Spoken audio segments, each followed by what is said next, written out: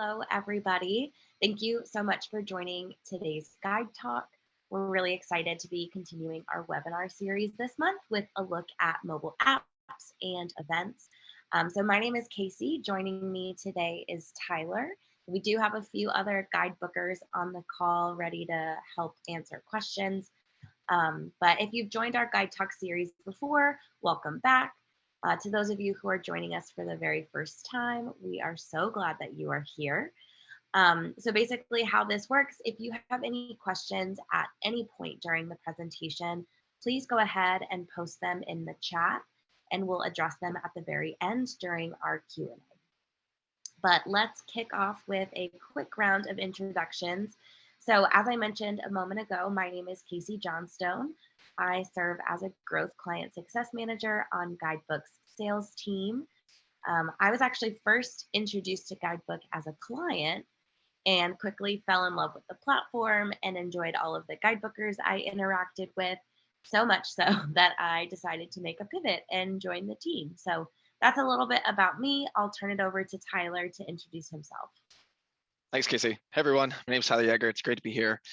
I'm the account executive here at Guidebook. So essentially what that means is I work with organizations from the very start to discuss use cases, mobile app strategies, event needs and requirements, deployment plans, goals for your organization, et cetera, et cetera, et cetera. But yeah, that's essentially what I do and really look forward to this call. It's going to be a good one. Casey? Yeah. So today we want to focus on why you should incorporate a mobile app into your event and the benefits of doing so with the Guidebook platform. So we have about 45 minutes together and our time will be broken up into 3 sections. So first, I'll discuss how a mobile app can make your event more successful and what kinds of app features will help drive engagement and increase your communication with your audience. Next, Tyler will give a brief product demonstration of Guidebook's platform so you can see how easy it is to build a mobile app from scratch. And then lastly, like I mentioned before, we will close out this webinar with a Q&A section, get all of your questions answered. So again, if at any point you have any questions, please feel free to drop them in the chat and then we'll address them at the end of the presentation. All right. So there are over 6.3 billion smartphone users across the world, and it's no wonder that the mobile app industry is thriving. Companies want to meet people where they are, and mobile plays a huge role in that. Consumers are already using mobile apps to connect with their friends, play games, order food, check email, so on and so forth. There are a lot of examples. Nowadays, event apps are becoming a standard. So as of 2019, approximately 50% of event planners are already incorporating a mobile app into their event strategy, and adoption has only increased year over year. So let's take a look at why this has happened. So as new generations enter the workforce and technology continues to seamlessly integrate into our daily lives, event planners have adopted new methods of engaging with their audience as the general attendee profile has changed. So the events world has definitely changed over the past few years. We went from a pandemic to an endemic. Economic shifts resulted in cuts to global budgets, and increased social and environmental awareness has encouraged us to think of alternative, cost-effective, and ROI positive methods of engaging with our attendees.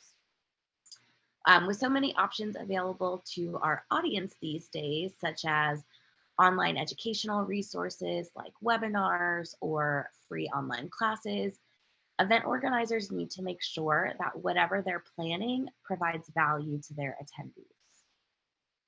This is where mobile apps come in. And here are some of the top reasons of why you should incorporate a mobile app into your event.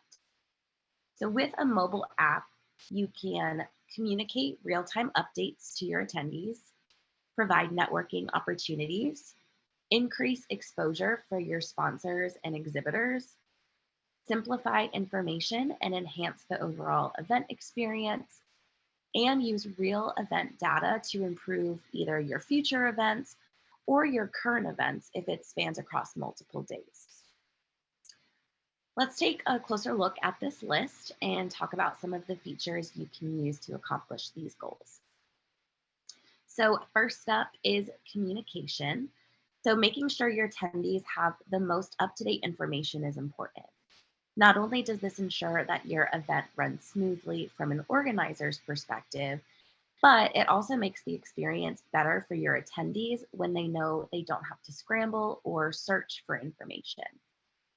Schedules can be personalized by attendees, and if there are any changes in the schedule, such as timing, location, or speaker changes, these updates can be communicated easily through a mobile app by using push notifications or updating the event on the schedule.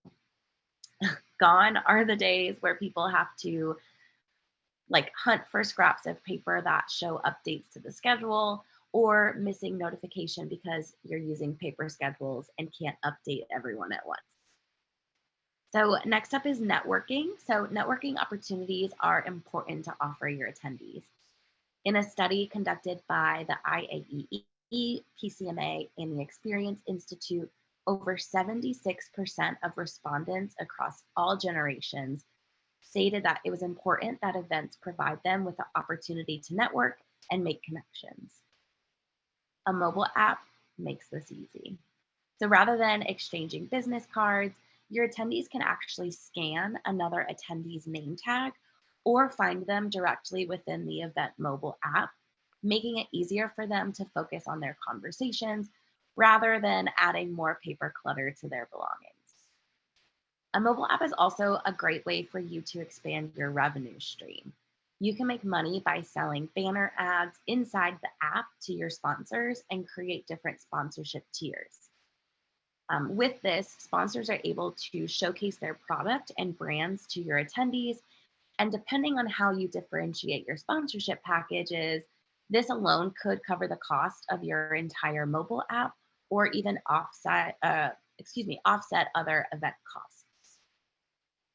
Now, a mobile app doesn't have to just provide information. It can also be used to increase engagement at your event during speaking sessions or during expo hours. Live polling allows speakers to engage directly with the audience while asking questions and getting responses in real time. And then also, gamification options also make events more fun and interactive for your attendees and can drive more exposure to your exhibitors or key sponsors. Lastly, gathering data from your event through surveys is a great way for you to learn how you can improve your next event. So, surveys are easily accessible throughout the app and help you measure satisfaction and engagement levels from your attendees before, during, and after your event. Using these findings, you can create strategies to better your next event or even apply these learnings to your current event if it spans across multiple days. So in general, event apps allow you to ask questions to attendees in real time, make it a cost-effective, precise method of collecting data. Offering a survey also tells your audience that you value their feedback and helps you understand their needs better. Tyler and I recently attended a trade show in Orlando where they used Guidebook as their conference app. And in my role, I'm usually helping our clients strategize and plan for a successful deployment. It's not often that I get to actually experience the final product and use Guidebook as an attendee. Um, but it was really calming to know that I could show up for a 3-day conference knowing very little about what was going on, but immediately have information at my fingertips. Interactive maps helped me navigate the multi-building conference space with ease. That place was a serious maze. A QR code game kept morale high and had everyone looking for these little hidden palm trees so that they could win prizes. Push notifications sent helpful reminders about upcoming sessions or updates to shuttle transportation. And as a vendor, we were able to track who came to our booth and connect with them throughout the conference and even after. I don't know about Tyler, but the best part for me was when other attendees came up to us and would say how the mobile app had completely enhanced their conference experience. And like, we weren't even on the like conference planning committee. They just had nothing but great things to say. So I know this all sounds too good to be true, but I think Tyler is ready to show you the platform so you can visualize how a mobile app can improve your events. Sweet. Thanks, Casey. Yeah, hey everyone, me again. So I'm going to pull up my simulator and give you a quick run through of like how an app could potentially look like for your event specifically. So this is my demo version. The biggest thing I'm just going to stress now is it's merely just a demo, right? So what you see is definitely not the end all be all way it has to be set up, but I primarily just want to show you this to really start get your brains turning. There's a lot of cool features in this demo, and hopefully what you see you can start then incorporating into your own app. So when we expand on the menu item, essentially your team is going to get to customize this entirely. You're going to be able to add in features, you're going to be able to take away features, you can rename any of these features, you can change the icon, you can change the order, you can do all those fun things. Again, that's typically dependent upon the content you want to get into the app and what you want the end user to have easy access to. But just to highlight a few of things, mainly the things that Casey just went over, we'll look at a few of these menu items. So starting out with, let's say, the schedule. It's usually a really good starting point for these types of like conversations because the schedule is obviously just so important for any event or any conference. But here's a quick outline or structure of how your schedule could be laid out. So you'll have the title, you'll have the time, you'll have the location. That could be the room or the building. You could have a little plus signs turned on for every single session. That basically just allows the end user to be able to bookmark sessions into their own personal agenda, within the app, which will appear here under My Schedule. And when they do that, they're going to be able to get notifications and reminders and whatnot before that or whenever that session's about to start. The other cool part is whenever we click on each specific session, this is where your team's going to then incorporate any additional information relating to that session. So maybe it's a video resource you want to reference, whether it's a pre-recorded, whether it's a live stream through like Vimeo or YouTube. Those users can literally launch that video directly within the platform. Maybe it's like a map of the venue, just highlighting where do people need to go for this specific session. Maybe it's something as simple as just rate this session or a description or linking to the speaker page, giving more information about that speaker or your presentation slides or other PDF documents you want to reference. Maybe you do live polling, maybe you do surveys by session. Again, all that's dependent upon you and the type of content you want your users to have easy access to by session. As Casey mentioned, when we went to the conference a couple of weeks ago, one of the things that we got told a lot was how helpful it was that the conference included the presentation slides as well as other documents. And a lot of the users during every single session were following through the documents on their phones and being able to have those handouts. So that was one of like the kudos we got from the app. And it's definitely something I always like to have our clients do as well, because it is extremely helpful. So anyway, a couple other nuances with the schedule as well.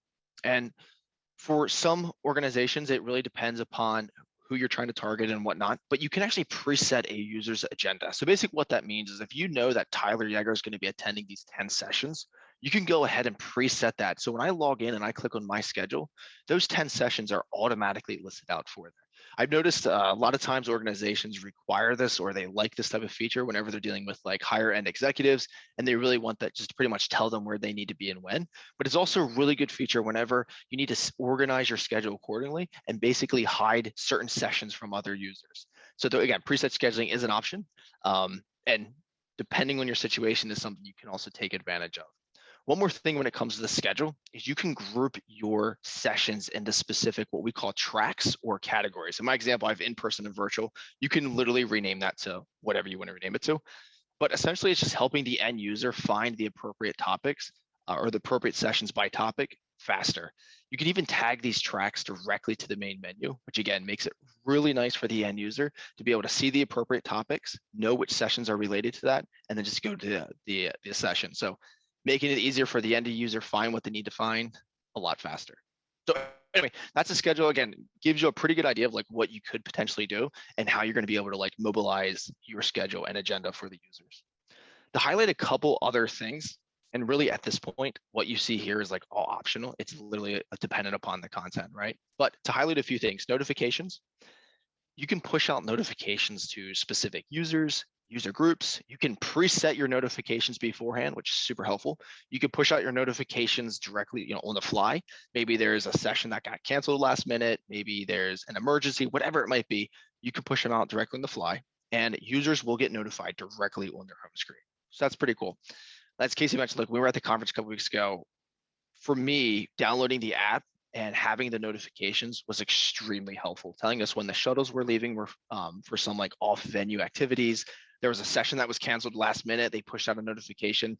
I mean, literally like every hour of the day, I was getting a notification of like which sessions were happening, why it was important, something of the sort. And it was like really cool to be able to experience as like an end user. But anyway, a couple other things from like a networking standpoint. So there's kind of like two avenues to this. We have what we call like an interaction feed or like a social media feed. And essentially this is where users can go to make posts, they can comment on posts, they can post photos of themselves, whatever it might be. But it's very much like a social media type of feel. I sometimes refer to this as like the Instagram of Guidebook because it has very much like an Instagram look and feel. People can like it, comment on it, so on and so forth. So this is another way just to kind of make it from like an overall standpoint, like fun and interactive. But it is a cool thing because you will have different attendees and users like post photos and whatnot. And yes, of course, your team can moderate it. We get that question all the time. But nonetheless, it is a cool thing to have incorporated into the app and a fun thing as well. More so from like a one-on-one interaction standpoint, we have our connect and chat feature. So basically incorporating this feature is going to allow your users to be able to connect one-on-one with each other. And Casey and I did this quite a bit a couple weeks ago. Anytime someone visited our booth, we were connecting with them. We wanted to be able to continue to build those connections. And essentially what happens is the end user is going to be able to control all of this because when you add someone to your network, they're going to get an alert saying, are you willing to accept this person's request? Yes or no. They can either accept it or reject it. However, if they accept it, this is where you're going to be able to start chatting with them one-on-one, which is literally like texting through the app. And I did that a couple of times at the conference. You could schedule time to meet with them. You can get access to their contact information if they provide it, their social media information if they provide it, all those fun things. But better yet, even once the conference is over, you can go back and you can see a list of your connections and you can reach out to them and maintain those connections even after the conference. So again, more so from one-on-one networking, the connect and chat features was a really cool aspect. Okay, so to highlight a couple other things when it comes to, let's say, like your sponsorship opportunities, you've probably noticed banner ads that have been rotating. In my example, obviously, I'm highlighting like third-party companies, Zoom, Amazon, Samsung, et cetera. Your team can control that entirely. You can turn it off entirely. You can make certain banner ads just like a banner ad that's just static. You can promote things internally if you'd like. But essentially, from a sponsorship standpoint, you can offer banner ads as an option. And it's super cool because when we click on a specific banner ad, it can be redirected out to whichever URL that sponsor would want it to be redirected out to. So in this case, we redirect it out to like Zoom's website. And what's also nice, it's going to keep us directly within the app. So it's not going to open up Google, Safari, or anything like that. It's literally keeping us directly within the app. And whenever we're ready to go back to the main menu, we simply just click done and voila, we're back there. The other cool part about the banner ads is you're going to be able to control the duration for each rotation of the banner ad. So maybe a sponsorship pays longer to have more visibility, so they stay longer versus another, they just want it to be real quick because they might have paid less for it. So a couple different options in regards to how you can kind of control the visibility within each banner ad. Another opportunity is having like a separate sponsorship page and highlighting every single sponsor. And if we click on each sponsor page, you can have more information relating to them. Maybe which booth they're going to be at, maybe a map of their booth. Maybe it's just like a video that video resource they want to reference, contact information. Again, the sky's kind of the limit with that. And it's really dependent upon what the sponsor wants to promote to the users. One more thing to note with sponsors is obviously in my example, I just have like one main page. You can break that out. You can have like a diamond sponsor page, silver, gold, platinum. That's really up to you. And then to kind of mirror that as well, you can even have like a vendor page, an exhibitor page. You could have both. So there's really no limit to the amount of menu items that you could possibly have. It's really how you want to communicate to the end user and whatnot. Couple more things when it comes to like the speakers, highlighting maybe like important members who are going to be at the conference, your speakers, keynote speakers, etc. You could have something very similar to this. Within each speaker page, you can have information such as their bio information, maybe it's their presentation slides. Give you a quick sample of what that looks like from the app standpoint. Users, once it loads, users will be able to download this on their phones as well, which is super cool. But yeah, just being able to reference any other additional like resources as well. This is a good indication of how that could appear. So The other thing that was super helpful at the conference a couple weeks ago is the maps. And your team's going to be able to incorporate a floor plan of where people need to go. And you could have multiple floor plans uploaded and whatnot.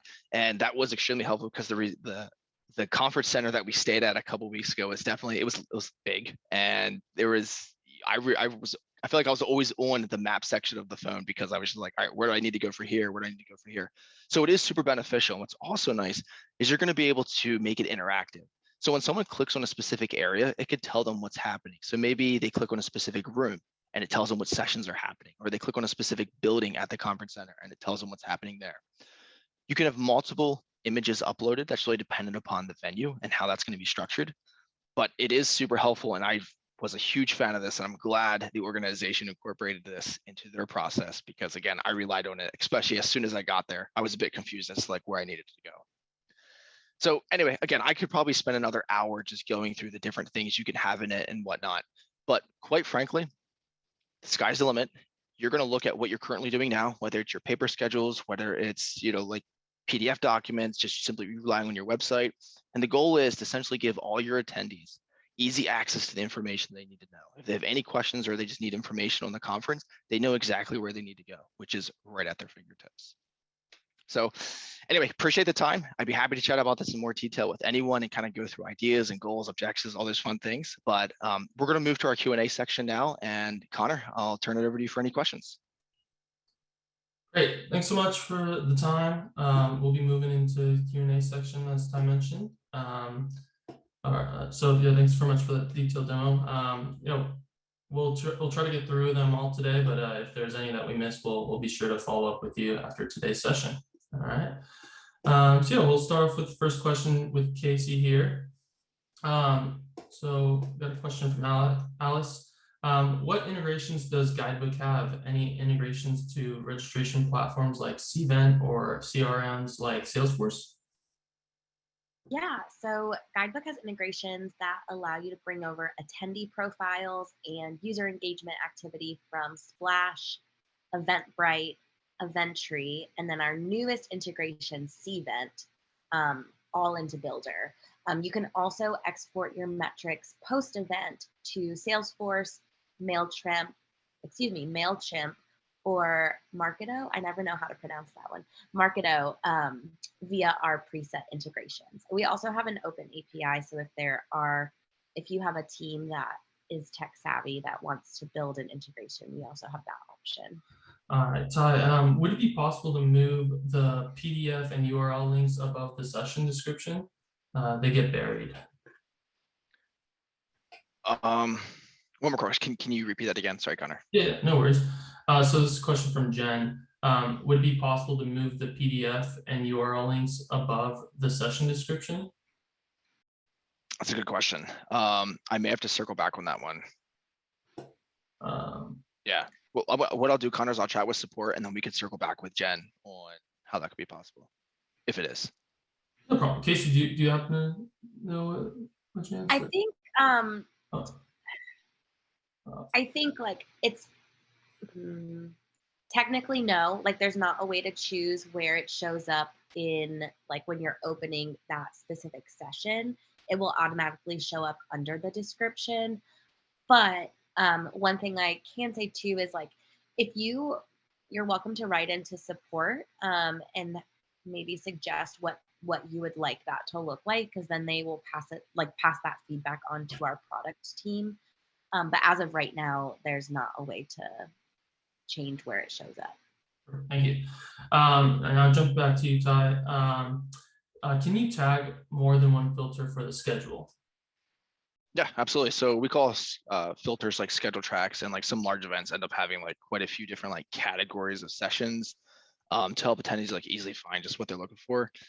So yeah, I mean, each session can belong to multiple tracks as well if needed. Okay, perfect. And then Casey, do users have to be logged in to get notifications?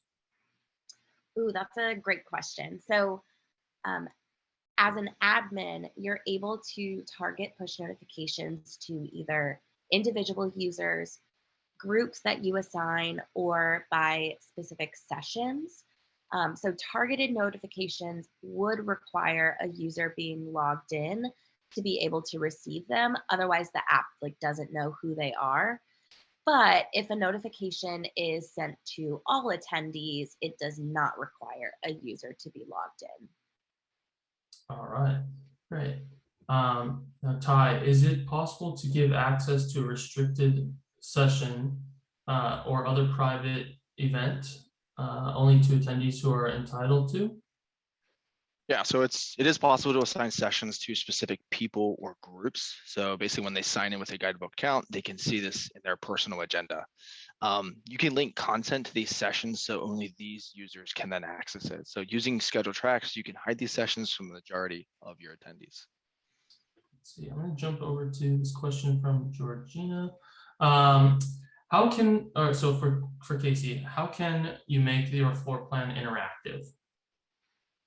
Yeah, so in Builder, which is the platform that you build out your app in Builder, you can upload a photo and then you can draw regions onto that map to make them interactive. And then you can choose which location from your custom list or your schedule to link those regions that you pre-assigned. You can link them to that map. Perfect. All right, now Ty, can attendees submit questions through the app? Yeah, so you can create a survey or use the interact feature to allow users to submit questions. We quick insight, we are looking to bring a dedicated Q&A feature to Builder in the future, but also in the meantime, kind of adding to that suggestion of the surveys or the forms feature. We've seen organizations use Slido for Q&A as well. And then what's nice is you can just link it directly within and it'll still keep them within the platform when they go to access that Slido. Awesome. Casey, sorry, this question is a typo. If there's a web version is there a web version for people to access via laptop instead of downloading an app? Yes. We call our web version Guidebook Web, and it's super helpful for virtual attendees. Great. And then kind of just piggybacking on that question, I guess, so we had a question around could you also support hybrid events?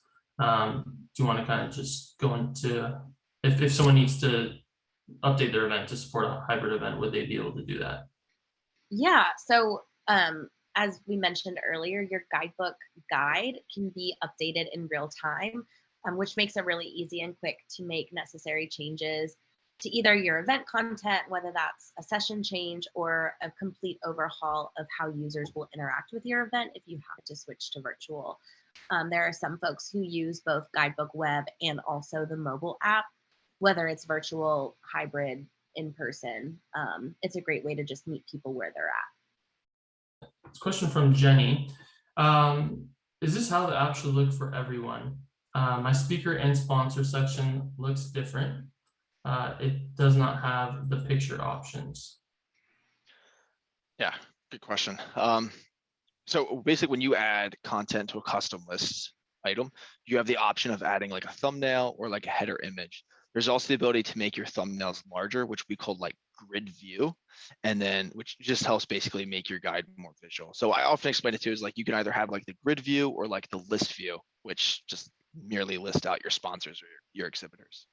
All right, so we are coming up to time here soon. I do want to get to one more question now. But yeah, if anyone, like I said, we will be sending a follow-up after today's session with and just responding back to everyone's questions. There's a lot of feature specific questions. And yeah, we want to, really, if you have any feature specific questions, we really want to get you set up on a more personalized demo as well, just kind of go into more detail about those in a personalized meeting for you. But yeah, one more question for you here, Casey, from Angie. Can the Splash homepage be better customized? For example, remove the Google Map location, Google Map or location, and just have company conference logo? Yep. So you can set any page within your guide to be the home page. So it's the first thing that users see when they open the app. You could create a page with custom images and without a map so that they only see the content you want to share. Great, awesome. Thank you for that, Casey. Perfect. Well, yeah, that wraps up everything for today here. So thanks for joining this Guide Talk, and thank you to our presenters, Casey and Tyler. Like I said, the recording and slides will be shared after today's event. If we didn't get to your questions, keep an eye out for the follow-up email with all the resources attached. If you have any more questions or want to learn more, please feel free to submit a demo request to get a more personalized demo, or reach out to your account manager. Yeah. Thanks again for joining us. Thanks, everyone. Cheers. Bye, Bye-bye. everyone.